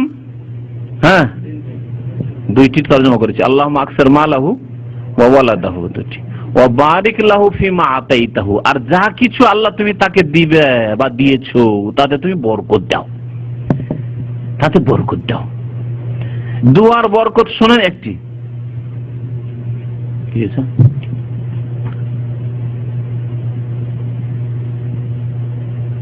আচ্ছা, দোয়া চাইছেন একবার। দুয়ার বরকত শোনেন কার? রাসূলুল্লাহ সাল্লাল্লাহু আলাইহি ওয়াসাল্লাম দোয়া করেছেন কার জন্য? আনাস রাদিয়াল্লাহু তাআলার জন্য। বলছেন ওয়া কানা লাহু বুস্তানুন, আনাস রাদিয়াল্লাহু তাআলা আনহুর বাগান ছিল মদিনায়। ইয়াহমিলু ফি কুল্লি সানাতিন আল ফাকিহা মাররাতাইন, বাগানে কয়বার করে ফল ধরে? খেজুরের ফল একবার ধরে। আম বাগানে কয়বার ফল ধরে? একবারই ধরে। আঙ্গুরও একবারই ধরে। তার বাগান ব্যতিক্রম, কারো বাগান এরকম হচ্ছে না। ইয়াহমিলু ফি কুল্লি সানাতিন আল ফাকিহাতা মাররাতাইন, ফল ধরতো বাগানে দুইবার করে, দুই সিজনে। সুবহানাল্লাহ। কারামত, আনাস রাদিয়াল্লাহু তাআলা কারামত আর রাসূলুল্লাহ সাল্লাল্লাহু আলাইহি ওয়াসাল্লামের মুজিজা। গত সপ্তাহে বলেছি যে উম্মতের কারো কারামত হচ্ছে নবী সাল্লাল্লাহু আলাইহি ওয়াসাল্লামের মুজিজা, কারণ এটা হাসিল হয়েছে নবী সাল্লাল্লাহু আলাইহি ওয়াসাল্লামের অনুসরণ ইত্তেবার মাধ্যমে। ওয়া কানা ফিহা রায়হান ইয়াজিউ মিনহু রিহুল মিস্ক, আর ওই বাগানের মধ্যে কিছু ফুল গাছ ছিল। ফুল গাছগুলি থেকে ফুলের সাধারণ মহাক আসবে, সাধারণ সুগন্ধি আসবে না, সুগন্ধি আসতো মিস্ক আম্বারের মতো। মৃগ নবীর যে মূল্যবান মিস্ক আম্বারের সুগন্ধি, ওই রকম সুগন্ধি ছড়াইতো। হাদিস তিরমিজিতে রয়েছে ওয়াকালা হাযা হাদিসুন হাসানুন গরীব, ইমাম তিরমিজি হাদিসটিকে হাসান গরীব বলেছেন, হাদিসটি সহিহ। এবং এই মর্মে আরো বেশ কিছু হাদিস এসেছে। এই হচ্ছে সাহাবায়ে কেরামদের মুজিজা যা ঘটেছে। কি বলছেন? অনেক ছিল, তার ছেলে সন্তান নিয়ে বড় ইখতিলাফ রয়েছে অনেক, এবং বয়স অনেক লম্বা বয়স পেয়েছিলেন। মুত্তাফাকুন আলাইহি, বুখারী মুসলিমের আরেকটি হাদিস শোনাই, দোয়া, নেক দোয়া অথবা বদদোয়া চট করে কবুল হয়ে যাও, এটি মুজিজা। আমি এর আগে ইশারা করেছি যে কোন ব্যক্তির দোয়া যদি কবুল হয়ে যায় এটি তার জন্য কারামত। মুজিজা বলছেন না কিনা? কারামত, কারামত। যে কোনো এই উম্মতের লোকের যদি দোয়া মুস্তাজাবুদ দাওয়া, সে ভাই তার দোয়া কবুল হয়ে যায়, জানবে যে সে কারামত। কিন্তু খবরদার মানুষকে বলে বাড়াবেন না, কারণ যখনই মানুষকে বলবেন যে আমি এই দোয়া করেছি আর এই কবুল হয়ে গেছে, তাহলে এতে কি হবে? রিয়াকারী চলে আসবে। হ্যাঁ, আর রিয়াকারী আসলে শয়তান সুযোগ পাবে। এটি হচ্ছে মাদখালুশ শয়তান, শয়তানের রাস্তা, এন্ট্রেন্স। শয়তান যদি দাখিল হয়ে যেতে পারে তাহলে আপনার আকীদা আমলকে নষ্ট করে দেবে, অহংকার ঢুকিয়ে দিবে আপনার মধ্যে। লোকজনে আমাকে জানলো যে আমি খুব ভালো মানুষ, আমি নেক মানুষ, আমার দোয়া কবুল হয়, তাহলে আমি রিজিক হালাল খাই, যখন দোয়া কবুল হচ্ছে ইত্যাদি দিয়ে শয়তান সর্বনাশ করে দিয়ে আখিরাত আপনার বরবাদ করে দিবে, জাহান্নামে নিয়ে চলে যাবে। এই জন্য আমাদের কোরআন শোনার অনুসারী ভাইয়ের, আমাদের বিদাতীরা মুসলিম সমাজের বলে যে রে যারা এই কোরআন হাদিসের কথা বলে তাদের কেরামতি কোথায়? তাদেরকে বলি তোমাদের মধ্যে কেরামতি মানুষকে শুনিয়ে বাড়ায় না, তারা শুনিয়ে বাড়ায় না। তাদের কেরামত হচ্ছে হক কেরামত এবং কোরআন সুন্নাহ ভিত্তিক কেরামত, সেই কেরামতের কথা মানুষকে জানিয়ে বাড়ায় না। আর তোমরা তো তোমাদের কাছে কেরামতের ফ্যাক্টরি রয়েছে আর সবাইকে শুনিয়ে বাড়াও, ওসব করে না। আর ওই ধরনের কেরামত সাহাবায়ে কেরাম তাবেঈনদের হয়নি, যেসব কেরামত তোমরা কিসসা কাহিনী শুনিয়ে থাকো, যা পরবর্তীতে ইনশাআল্লাহ তাআলা আপনাদেরকে শোনাবো তাদের ওই ভণ্ডামি কেরামতগুলি। উরওয়া বিন জুবাইর রাদিয়াল্লাহু তাআলা বর্ণনা করেছেন আন্না সাঈদ ইবনে যায়েদ ইবনে আমর ইবনে নুফাইল, আশরা মুবাশশারা কাদেরকে বলা হয়? 10 জন সাহাবী যাদেরকে রাসূলুল্লাহ সাল্লাল্লাহু আলাইহি ওয়াসাল্লাম একবারে মানে একটি হাদিসে না হলে অন্যদেরকেও জান্নাতের সুসংবাদ দিয়েছেন অনেকদেরকে, কিন্তু এই 10 জন সাহাবীকে একটি হাদিসে জান্নাতের সুসংবাদ দিয়েছেন। আবু বকর ফিল জান্নাতে, ওমর ফিল জান্নাতে, উসমান জান্নাতে, ও তালহা ফিল জান্নাতে, ও জুবাইর ফিল জান্নাতে, হ্যাঁ, ও সাদ বিন আবি ওয়াক্কাস ফিল জান্নাহ ইলা আখিরি। এই করে তার মধ্যে একজন ছিলেন সাঈদ ইবনে যায়েদ ইবনে আমর ইবনে নুফাইল, ওমর রাদিয়াল্লাহু তাআলা আনহুর ভগ্নিপতি, বোনের স্বামী। যেই ভগ্নিপতিকে আর যেই বোনকে ফাতেমাকে খুব মারধর করেছিল যখন রাসূলুল্লাহ সাল্লাল্লাহু আলাইহি ওয়াসাল্লামকে হত্যা করার জন্য যাচ্ছিল রাস্তায়, আর শুনতে পেল কোথায় তুমি যাচ্ছ, এক সাহাবী মুমিন ভাবলেন যে উমরকে এখানে একটু থামাইতে হবে, না থামালে তুই সরাসরি যাচ্ছে রাসূলুল্লাহ সাল্লাল্লাহু আলাইহি ওয়াসাল্লাম হত্যা করতে, কি করতে হবে? আরে তুমি ঘরের খবর নাও, আরে মুহাম্মদ রাসূলুল্লাহ সাল্লাল্লাহু আলাইহি ওয়াসাল্লাম পিছনে পড়েছো, তুমি তো নিজের বাড়ির খবর নাও। কেন, কি হয়েছে? আরে তোমার বোন ফাতেমা মুসলমান হয়েছে, তার স্বামী সাঈদ ইবনে যায়েদ ও মুসলমান হয়ে গেছে, নিজের বাড়ির খোঁজ খবর নাই, কোথায় যাচ্ছ তুমি? যে ঝোঁকটা ছিল ফিরে গেল, গিয়ে বোনের বাড়ি গিয়ে দেখছে যে কোরআন পড়েছে। কি পড়ছো? মার ধর, এমন মার দিল, রক্তে রক্তিত করে দিল ভগ্নিপতিকে, বোনকে। কিন্তু তারপরে বলছে, ভাই একটু চিন্তা করো তুমি, আচ্ছা কি পড়ছিলে তোমরা, একটু পড়ে শোনাও তো। সূরা তাহা, তাহা মা আনজালনা আলাইকাল কুরআনা লিতাশকা ইল্লা তাযকিরাতাল লিমান ইয়াখশা তানজিলাম মিম্মান খালাকাল আরদা ওয়াস সামাওয়াতিল উলা আর রহমানু আলাল আরশি ইসতাওয়া। সুবহানাল্লাহ। আরবি বুঝে, আরবি মাতৃভাষা যেমনই পড়ে কয়েকটি আয়াত শোনানো, তখনই বলছে এগুলি মানুষের কথা হইতে পারে না, চলো কোথায় আছে মুহাম্মদ সাল্লাল্লাহু আলাইহি ওয়াসাল্লাম নিয়ে চলো। সত্যি বলছো তুমি মুসলমান হবে, তোমার খারাপ নিয়ত তো নেই, অসৎ উদ্দেশ্য তো নেই, আমি মুসলমান হবো, চলো আমাকে নিয়ে চলো। ওই যে দারুল আরকামে আছেন রাসূলুল্লাহ সাল্লাল্লাহু আলাইহি ওয়াসাল্লাম, সাহাবায়ে কিরামদের সাথে চলো, নিয়ে যায়। এই সাঈদ ইবনে যায়েদ ওমর রাদিয়াল্লাহু তাআলা আনহুর ভগ্নিপতি, তিনি হচ্ছেন আশরা মুবাশশারা 10 জন সুসংবাদ প্রাপ্ত, জান্নাতের সুসংবাদ প্রাপ্ত ব্যক্তির একজন। খাসামাতু আরওয়া বিনতে ওয়াইস, ওয়াইসের মেয়ে আরওয়া এক মহিলা, তার সাথে জমি নিয়ে ঝগড়া বাঁধায়, বিবাদ বাঁধায়, এবং দাবি করে যে না এই জমি সাঈদের না, এই জমি আমার। আসলো কেস আসলো মারওয়ান বিনুল হাকাম, তখন মদিনার গভর্নরের কাছে কেস আসলো, উমাইয়া বংশের রাজত্বের আমলে। ওয়াদ্দাত আন্নাহু আখাযা শাইআন মিন আরযিহা, সে এসে দাবি করলো যে আমার জমি দখল করে নিয়েছে এই সাঈদ ইবনে যায়েদ। ফাকালা সাঈদ, কেস হলো, ডাকা হলো সাঈদ ইবনে যায়েদকে যে তুমি কি এই মহিলার জমি দখল করে নিয়েছো? ফাকালা সাঈদ ইবনে যায়েদ বললেন, আনা কুনতু আখাযু মিন আরযিহা শাইআন, আমার মতো লোক তার জমি বেঈমানি করতে পারে? আরে জমি দখল করতে পারি আমি কেন? বলছে বাদাল্লাযী সামিআতু মিন রাসূলিল্লাহ সাল্লাল্লাহু আলাইহি ওয়াসাল্লাম, আমি রাসূলুল্লাহ সাল্লাল্লাহু আলাইহি ওয়াসাল্লামের জবান মোবারক থেকে এই হাদিস শুনেছি। তারপরেও কি হাদিস শুনেছেন? ওমাযা সামিআতা, কি হাদিস শুনেছেন আপনি? রাসূলুল্লাহ সাল্লাল্লাহু আলাইহি ওয়াসাল্লাম ক্বালা সামিআতু রাসূলুল্লাহ সাল্লাল্লাহু আলাইহি ওয়াসাল্লাম ইয়াকুল, আমি আল্লাহ রাসূল সাল্লাল্লাহু আলাইহি ওয়াসাল্লাম বলতে শুনেছি এই জমি দখল করার শাস্তি সম্পর্কে, মান আখাযা শিবরাম মিনাল আরদি যুলমা, যেই ব্যক্তি আদাদ জমি কারো বেঈমানি করবে, অন্যায় ভাবে জুলম করে নিয়ে নিবে, তাওয়াকাহু ইলা সাবি আরাদিন, তার গলায় 7 তাবাক জমিনকে, 7 স্তরের যে জমিন আছে সবকে আল্লাহ পাক তার গলাতে চাপিয়ে দেবেন মালার মতো করে কাল কিয়ামতে। ওটাও তুমি জমি, আধ হাত জমি যদি কারো বেঈমানি করে, 7 স্তরের জমিন, 7 তাবাক জমিন সব তার গলাতে চাপিয়ে দেওয়া হবে। ওঠা।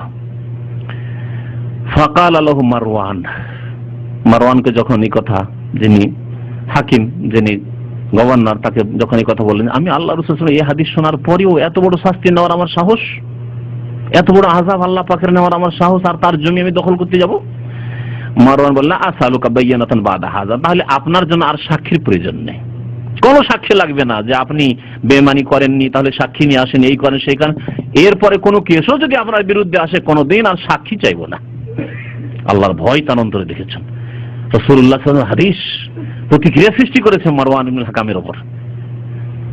আপনাকে আর বলবো না যে কোনো সাক্ষী প্রমাণ নিয়ে আসেন। ফাকাল, তারপরে তার মনে বড় দুঃখ হইল যে আমার মতো সাহাবীর উপর এই মহিলা এত মিথ্যা অপবাদ দিল, জমি আমি বেঈমানি করিনি, কিছুই করিনি। আল্লাহুম্মা ইন কানাত কাযিবা, আল্লাহ এই মহিলা যদি মিথ্যুক হয়, ফাআমে বাসারাহা, আল্লাহ তাকে অন্ধ বানিয়ে দাও, অন্ধ করে দাও।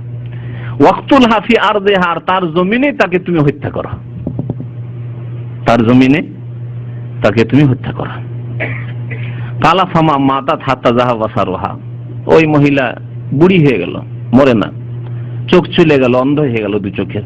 সুম্মা বাইনা হিয়া তামশি ফি আরদিহা, এই অন্ধ অবস্থায় একদিন নিজের জমিতেই হাঁটছে, হাঁটতে হাঁটতে ইজ ওয়াকাত ফি হুফরাতিন, একটা কূপ ছিল, কুয়া ছিল, নিজের জমি আর নিজের জমির কূপ, ওই কূপে গিয়ে আছাড় খেয়ে পড়ল।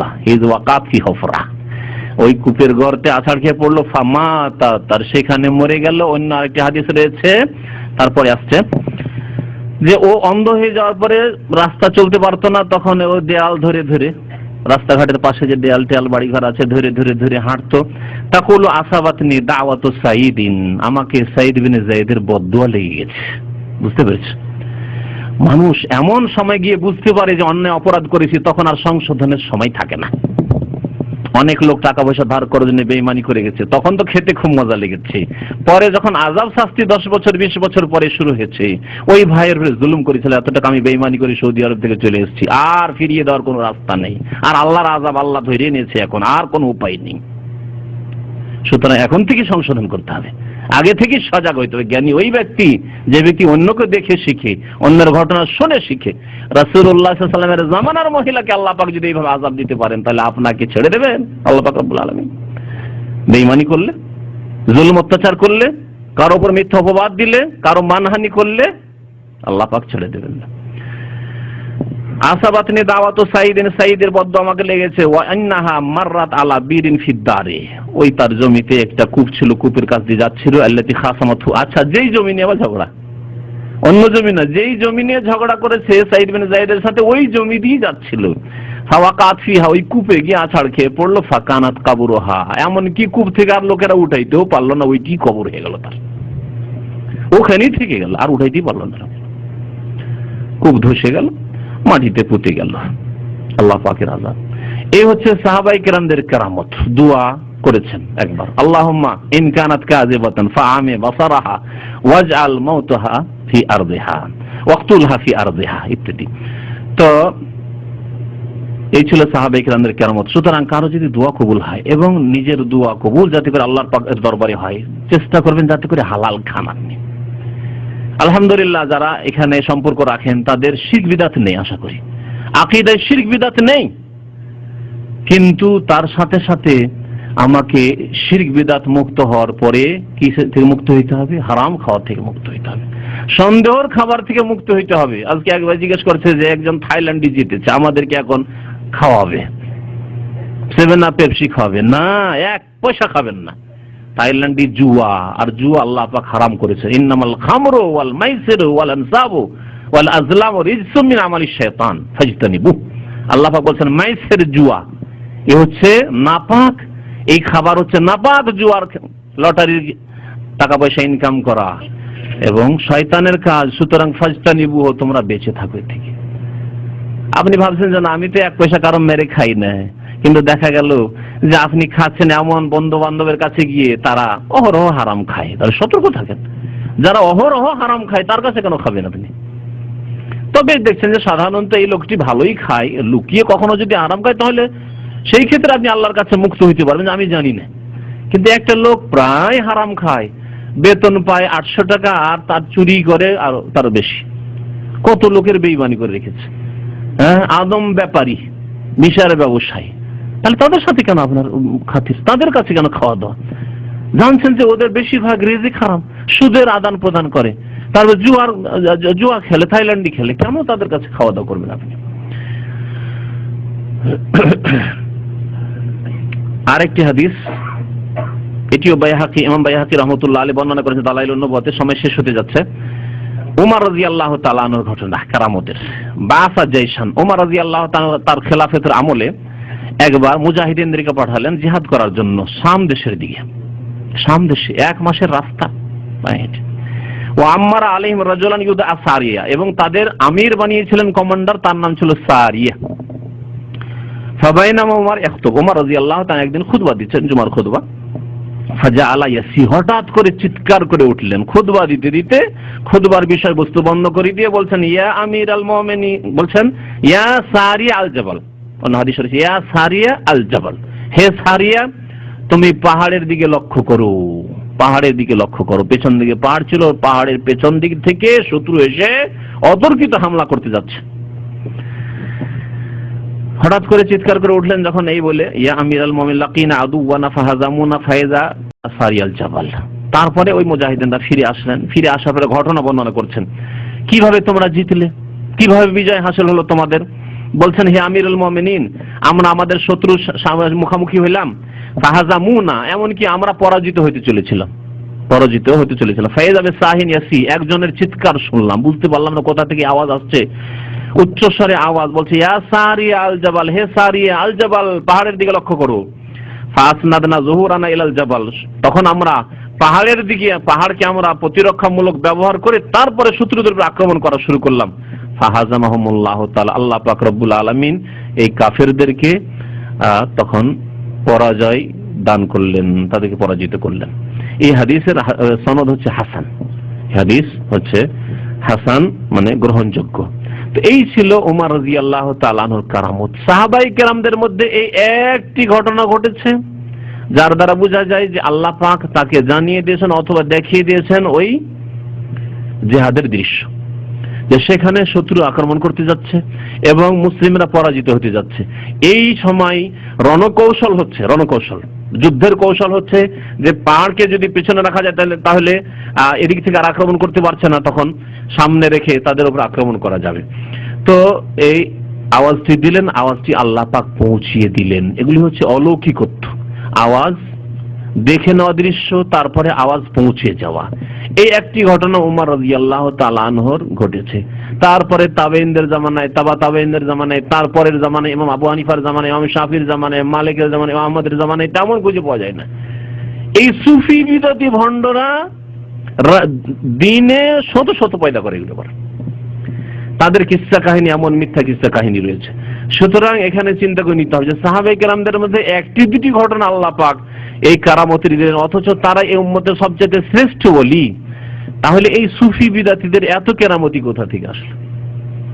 এগুলি কেরামতি নয়, কেরামতের নাম দিয়ে তাদের কাশফ, মানে অমুক একেবারে সাহেবে কাশফ ছিল। আপনাদেরকে যখন ওই কিতাব শোনাবো, অমুক ব্যক্তি সাহেবে কাশফ ছিল, মানে ওর ক্ষমতাতে ছিল, যখন তখন কাশফ করে নিত।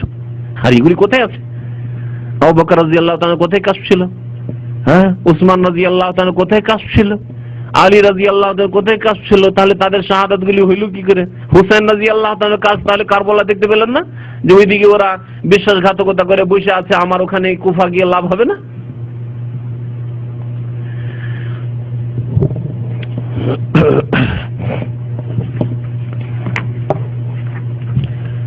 দোয়া কবুল হওয়ার কারামতের আরেকটি ঘটনা রয়েছে, আরেক আশারে মুবাশশারের একজনের, সাদ ইবনে আবি ওয়াক্কাস রাদিয়াল্লাহু তাআলা আনহু, সেটিও সহিহ বুখারীতে রয়েছে, সময় নেই, সুতরাং ওই ঘটনাটির দিকে ইশারা করে দিচ্ছি। সাদ ইবনে আবি ওয়াক্কাস রাদিয়াল্লাহু তাআলা আনহুকে ওমর রাদিয়াল্লাহু তাআলা আনহু কুফার গভর্নর বানিয়েছিলেন। কুফার লোকেরা তাদেরকে সুন্দরভাবে তিনি চালাতেন, সুন্দর নামাজ পড়াতেন এবং আশারে মুবাশশারা 10 জনের একজন নবী সাল্লাল্লাহু আলাইহি ওয়াসাল্লাম সাহাবায়ে কেরাম। কিন্তু কিছু লোক বদ প্রকৃতির থাকে, এরা করলো কি, অভিযোগ করলো তার বিরুদ্ধে, অভিযোগ করলো। 3টি অভিযোগ করেছিল, ন্যায় বিচার করে না, ভালো করে নামাজ পড়ে না, এবং আমরাকে যুদ্ধে জিহাদে পাঠিয়ে দেয়, নিজে যায় না। ইন্নাহু লা ইয়াদিলু ফিল কাজিয়াতি ওয়ালা ইয়ামশি বিস সারিয়াতি ওয়ালা ইহসানু বিস সালাতি। এই 3টি মিথ্যা অভিযোগ করেছিল। ওমর রাদিয়াল্লাহু তাআলা আনহু তদন্ত কমিটি পাঠালেন কুফায়, তদন্ত করে দেখা হলো যে মিথ্যু, কিন্তু একজন মিথ্যু ওই মিথ্যা কথা ওখানে বললো, কেউ কথা বললো না। যারা এইসব মিথ্যা কথা ছড়িয়েছে সব চুপ হয়ে গেল, যে মিথ্যা কথা আর কেমন করে বলবো, এই তদন্তে এসছে, বলতে কারো সাহস হলো। কিন্তু এক বুড়া ও কিন্তু বলে দিল, আবু সাদা বলছে, আম্মা ইযা নাসাদতানা, যখন বারবার শপথ দিয়ে, আল্লাহর শপথ দিয়ে আপনারা জিজ্ঞাসা করছেন, তাহলে বলি, ফাইন্না সাদ কান লা ইয়াসিরু বিস সারিয়াতে, যুদ্ধে যায় না, ওয়ালা ইয়াকসাম বিস সাবিয়াতে, ইনসাফ করে না, ওয়ালা ইয়াদিলু ফিল কাজিয়া, বিচার টিচার করলে আর ইনসাফ করে না। এইরকমই যখন গনিমতের বা ধন সম্পদ বন্টন করে তখন ইনসাফ করে না। আর একটি রিওয়ায়াতে রয়েছে ওয়ালা ইহসান বিস সালাম, কি নামাজও পড়ে না, তারা কেউ বলেছিল। কালা সাদ বলে, আমা ওয়াল্লাহি, আল্লাহর কসম করে বলছি, লা আদু বিসালাসিন, 3টি যখন আমার বিরুদ্ধে মিথ্যা অভিযোগ, মিথ্যা অপবাদ আমার উপরে দেওয়া হলো, আমিও 3টি বদদোয়া করব, আমিও 3টি বদদোয়া করব। আল্লাহুম্মা ইন কানা আবদুকা হাযা কাযিবান, আল্লাহ এই আবু সাদা যদি মিথ্যুক হয় আর মিথ্যা কথা বলে, কামা রিয়ান ওয়া সুমআতান, নিজের বীর পুরুষ হওয়া দেখাবার জন্য, যে তাহলে লোকেরা বলবে সাহস আছে রে। মদিনা থেকে তদন্ত কমিটি এসেছিল খলিফার, আর তাদের সামনে সাহসের সাথে বলেছে, হ্যাঁ, আমিরের বিরুদ্ধে, গভর্নরের বিরুদ্ধে বলতে পেরেছে। অনেকে বাহাব্বা দেয় না, অন্যায় যদি কথা বলে তারপরে মানুষের বাহাব্বা দেয় না, আছে, ক্ষমতা আছে তার। তো এই যদি লোক দেখানো করে থাকে, ফাতেল উমরাহু, আল্লাহ তার বয়স খুব লম্বা করে দাও, বৃদ্ধি করে দাও। তাহলে বয়স বৃদ্ধি সবসময় নেক দোয়া হয় না। বয়স বৃদ্ধি যদি নেকির সাথে হয় আর চলার মতো বয়স বৃদ্ধি, তাহলে ঠিক আছে। কিন্তু একটা লোক 100, 150, 200 বছর বাঁচবে, তাহলে তো বিছানায় পড়ে থাকতে হবে। এরকম বয়স তো মুসিবত। বয়স বৃদ্ধি করে দাও। আতেল ফাকরাহু, আর তার দারিদ্র বাড়িয়ে দাও, তার দরিদ্রতা, অভাব বাড়িয়ে দাও, লম্বা করে দাও। ওয়া আররিযহু বিল ফিতান, আর আল্লাহ তাকে ফিতনার, নারীদের সম্মুখীন করো, ফিতনার সম্মুখীন করো। ওয়াকানা বাদু ইযা সুইলা, তারপরে তাকে যখন জিজ্ঞাসা করা হইতো যে এরকম কি অবস্থা, কেন এরকম তুমি অসুস্থ হয়ে, শাইখুন কবীর, অত্যন্ত বেশি বয়স হয়ে গেছে আমার, আসাবাতনি দাওয়াতু সাদিন, সাদ বিন আবি ওয়াক্কাস রাদিয়াল্লাহু তাআলা আনহু বদদুয়া আমাকে লেগেছে, আর সংশোধনের সময় নেই। মিথ্যা অপবাদ দিয়েছো, আর সংশোধনের সময় নেই। আসাবাতনি দাওয়াতু সাদিন, আসাবাতনি দাওয়াতু সাদিন, রাস্তায় ঘুরে বেড়াতো। আর করতো কি, ওই দাসীগুলো রাস্তা দিয়ে চলতো, এই বুড়া 100 বছর 150 বছরের বুড়া বয়স, আর ওই বয়সে চোখ তার এমন ঝুলেছিল না, হাদিসে আছে যে চোখের এইটা খুব বেশি বৃদ্ধ হলে ঝুলে যায়, দেখেছেন না বৃদ্ধ লোকদেরকে, এইটা ঝুটে যায়, ঝুলে গিয়ে ঢেকে নিয়েছিল। দেখলে তাকে উঠিয়ে দেখতে হইতো, উঠিয়ে দেখতে হইতো তাকে। এই অবস্থা ছিল। আর ওই বলতো আসাবাতনি দাওয়াতু সাদিন, আর রাস্তায় চলতো ওই অবস্থাতে, তার শখের আবার অভাব নাই। রাস্তা দিয়ে যাচ্ছে, ওই দাসীগুলো যাচ্ছে গায়ে হাদিদ এই করত। এমন বদদল লেগেছিল যে এই বুড়ো অবস্থায় 80-90 বছর 100 বছর বয়সেও গিয়ে ওই মহিলাদের গায়ে হাত দিত, দাসীদের গায়ে। সেই জামানে স্বাধীনদের গায়ে হাত দেওয়া ক্ষমতা হইতো না, কিন্তু ওই দাসীদের গায়ে হাত দিত। তো এইভাবে বদদুয়া লেগেছে। তো কারো দোয়া কবুল হয়ে যাওয়া, এটি হচ্ছে কারামত, যা সাহাবায়ে কেরাম, এবং এটি বড় কারামত। আপনার কমের পক্ষে যদি আপনি হালাল রিজিক খেতে পারেন, তাওহীদ সুন্নাত মোতাবেক চলতে পারেন, শিরক বিদআত থেকে মুক্ত হতে পারেন, আপনি যদি নামাজ সাওম সালাতের পাবন হতে পারেন, হারাম কাজ থেকে বাঁচতে পারেন, নাজায়েজ নজর থেকে বাঁচতে পারেন, এইসব সাগীরা গুনাহ থেকে বাঁচার চেষ্টা করতে পারেন, তো ইনশাআল্লাহ আল্লাহ পাক আপনার দোয়া কবুল করবেন। আল্লাহ পাক রব্বুল আলামিন যেন আমাদেরকে সঠিক দিন বোঝার তৌফিক দান করেন।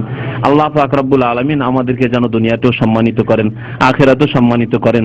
আল্লাহ পাক তার ওলিদের দলে আমাদেরকে শামিল করেন। আল্লাহ পাক যাদেরকে ভালোবাসেন তাদের দলে আমাদেরকে শামিল করেন। আল্লাহ পাক আমাদেরকে শিরক বিদআত এবং শিরক বিদআত যারা করে তাদের থেকে আল্লাহ পাক আমাদেরকে দূরে রাখেন। আমিন ইয়া রাব্বাল আলামিন। সাল্লাল্লাহু আলা নবিয়িনা মুহাম্মদ ওয়া আলা আলিহি